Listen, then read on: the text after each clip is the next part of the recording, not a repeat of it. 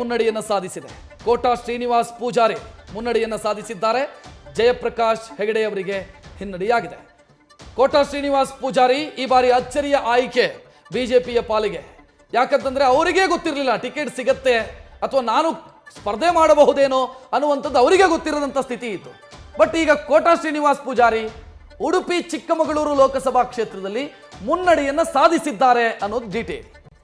ತುಮಕೂರು ಲೋಕಸಭಾ ಕ್ಷೇತ್ರದ update. V ಸೋಮಣ್ಣಗೆ ಮುನ್ನಡೆ. BJP ಅಭ್ಯರ್ಥಿ ವಿ ಸೋಮಣ್ಣ ಕಾಂಗ್ರೆಸ್ನ ಅಭ್ಯರ್ಥಿ ಮುದ್ದ ಹನುಮೇಗೌಡ ಅವರ ವಿರುದ್ಧ ಮುನ್ನಡೆಯನ್ನ ಕಾಯ್ದುಕೊಂಡಿದ್ದಾರೆ ಅನ್ನುವಂತ ಅಪ್ಡೇಟ್ ಲಭ್ಯವಾಗ್ತಾ ಇದೆ. ತುಮಕೂರು ಲೋಕಸಭಾ ಕ್ಷೇತ್ರ ಕೂಡ ಸಾಕಷ್ಟು ಜಿದ್ದಿನ ಪೈಪೋಟಿಗೆ ಕಾರಣವಾಗಿದ್ದಂತಹ ಲೋಕಸಭಾ ಕ್ಷೇತ್ರ. ಸದ್ಯ 12 ಲೋಕಸಭಾ ಕ್ಷೇತ್ರಗಳಿಗೆ ಸಂಬಂಧಪಟ್ಟ ಹಾಗೆ ಯಾರು ಮುನ್ನಡೆಯನ್ನ ಕಾಯ್ದುಕೊಂಡಿದ್ದಾರೆ ಅನ್ನುವಂತಹ ಅಪ್ಡೇಟ್ಸ್ ನ ಗಮನಿಸ್ತಾ ಇದ್ದೀರಿ. ಬಿಜೆಪಿ 8 ಲೋಕಸಭಾ ಕ್ಷೇತ್ರಗಳಲ್ಲಿ, ಕಾಂಗ್ರೆಸ್ 3 ಲೋಕಸಭಾ ಕ್ಷೇತ್ರಗಳಲ್ಲಿ, ಹಾಗೆ ಜೆಡಿಎಸ್ 1 ಲೋಕಸಭಾ ಕ್ಷೇತ್ರಗಳಲ್ಲಿ ಮುನ್ನಡೆಯನ್ನ ಕಾಯ್ದುಕೊಂಡಿದೆ. ತುಮಕೂರಿನಲ್ಲಿ